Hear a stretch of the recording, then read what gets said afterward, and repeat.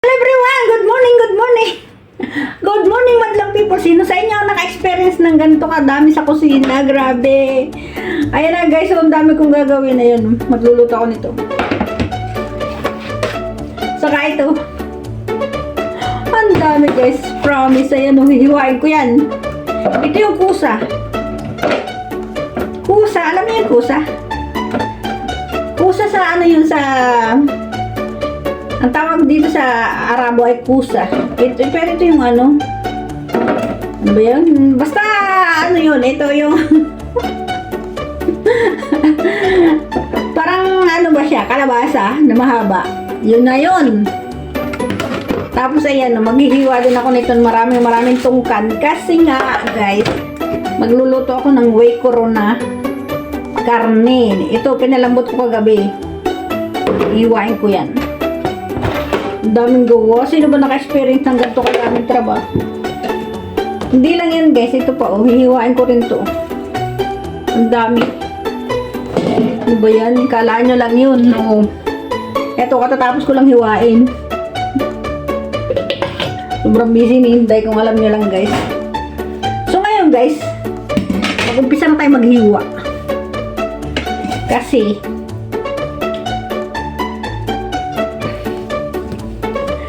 may darating nga pala kaming bisita guys, kaya ako ay maraming hinihiwa.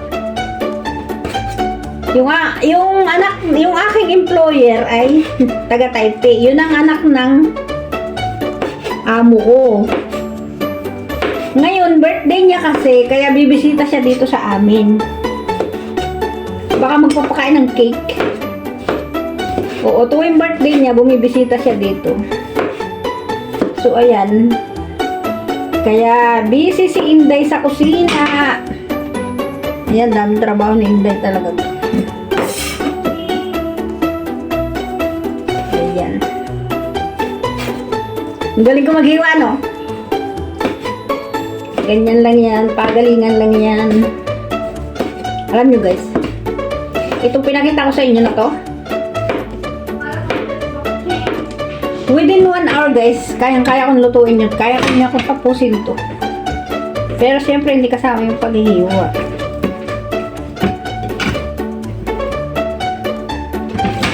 Hindi ka nakahirit. Now!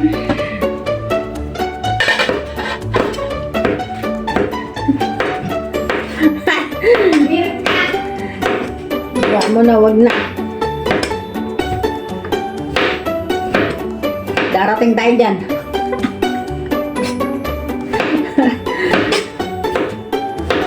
Masarap naman to eh. Oh. Nilulutuin ko. Kaya, ito ang ating magsisilbing ulam ngayong tanghali. Bukas na lang tayo mag-isda.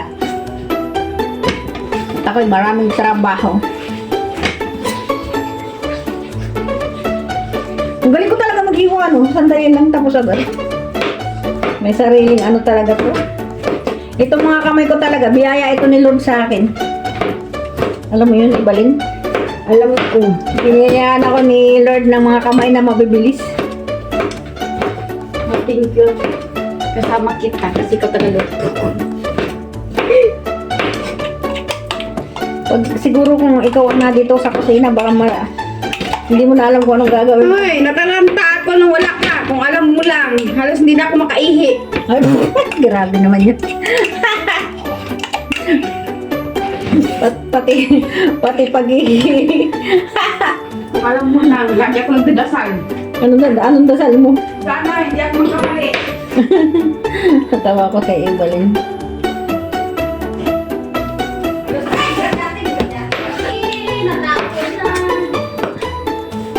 Maya-maya dadating na yung ano, yung bisita.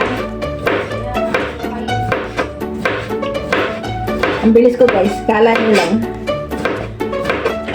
Kahit ko na ba ng tubig para doon? Ay nako, Evelyn, kanina ko pinagsisigaw na ano na nakulun, ay punong-puno na. Hindi mo ako pinapansin kasi busy ka dun sa iyong cellphone.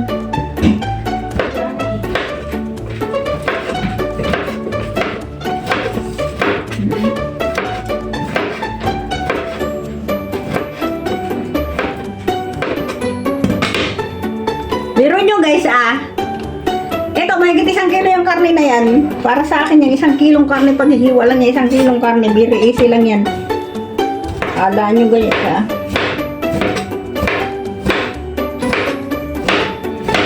Hindi ko na masyadong anuhan kasi.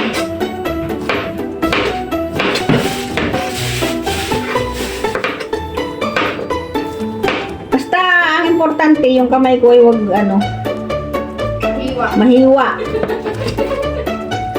Pag nahiwa ang kamay ko, yun, doon na magkakaproblema ang mundo. Ayan. O, di ba? Kaya nyo ba yan? Yung ginawa ko na yan. Within minute, natapos kong hiwain yung aking karne. Nalulutuin. May 1 kilo yan. Kala nyo ha? Ganyan ako kabilis. Oh, yan. Ito naman isusunod natin ulit. Pag-ahaluin natin kasi yan eh. Ang tawag dyan guys ay Waikuro. Kasi nga, Taiwan recipe. Ano ba? Si Bakikang ba o ano? Wala! Hindi ko gubagan ako ipakitan pa.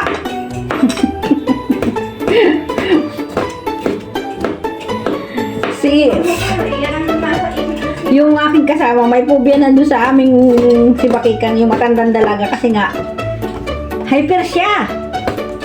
Bako, kung alam nyo lang, pag nagkaroon kayo ng amo na hyper talaga yun. Kasi nga, pag may sinabi siya, hindi mo agad nasunod, gagalit agad, ulit-ulitin, tapos pag nagkamali ka, ulit-ulitin yan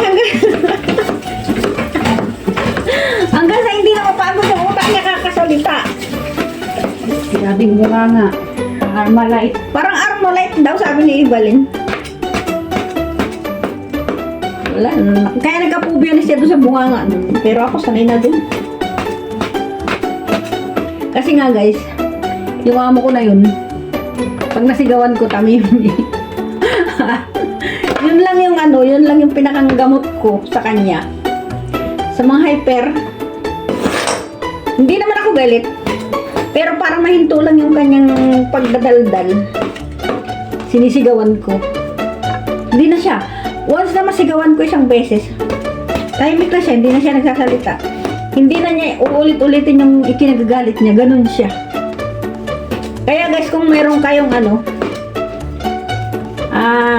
kamag-anak sa inyong bahay na hyper, yung may ba, basta yung madaling magagalitin, yun lang guys, sigawan nyo lang. Kunwari galit kayo, pero hindi naman. O ayan, diba? Ang hinihiwa ko guys ay ito yung pag ihahalo ko dito. Kaya huwag na kayong magtaka. Ang ganda naman ang kutsilyo ko, talaga nakakatakot. Grabe, imagine, nakakatakot ang kutsilyo ko na guys. Pero easy lang sa akin. Diba? Easy. Ganyan ang paggagawa, pagtatrabaho sa kusina. Yung mga gulay ko, muna ko nahugasan yan.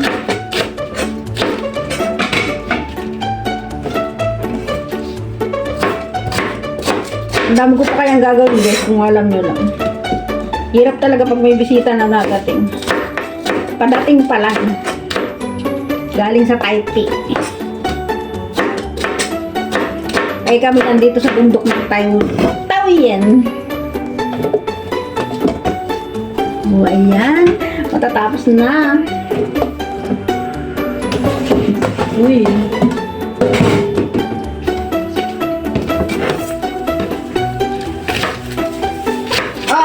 Nang huwang pa mo.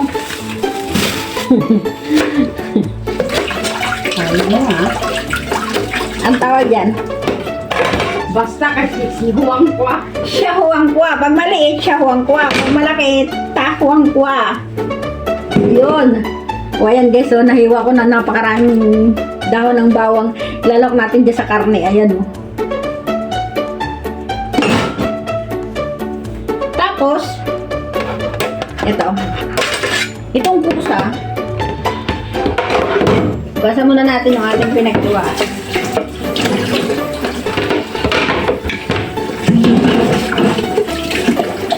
Magpalit tayo ng kutsilyo.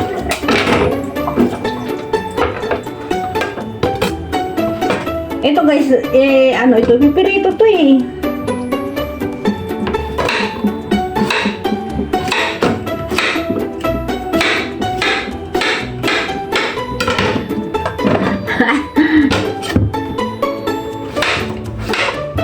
O yung mga baguhan dyan na OFW dito sa Taiwan.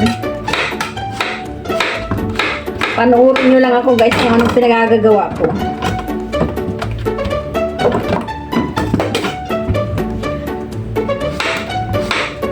Hindi kayo O ayan. Diba? Bilis. Ito, ilalagay na, isasawsaw lang natin ito sa itlog, saka sa harina, tapos ipiprito. Yun. Ang bilis ng mga pangyayari. Ayun, may dumating na isang hiniwain ko guys. Kasi kulang yung hiniwa ko na pang salad, kaya nagpahabol siya. Ito ay lalagyan ng mani. Gasan muna natin.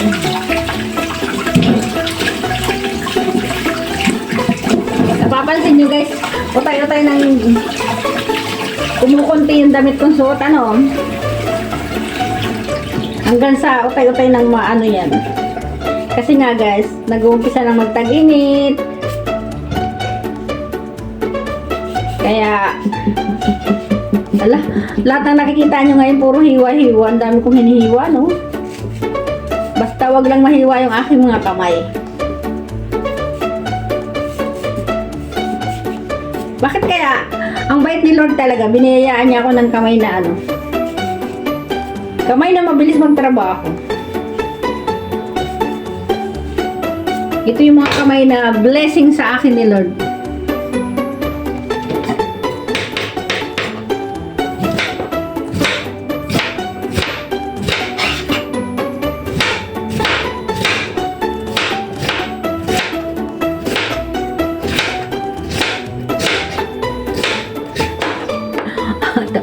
Matatapos yun.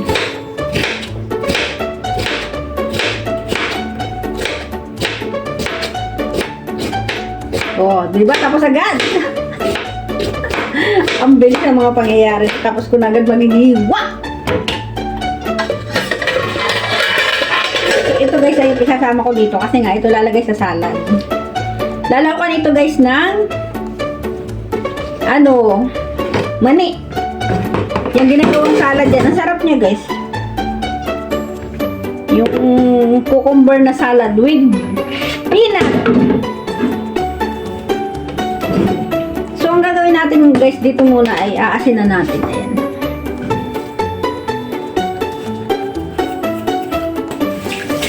Para kasi bago natin ilagay yung manig dyan, tatanggalin natin ang sabaw. So, ayan na nga guys, dahil mahaba na yung aking video, ay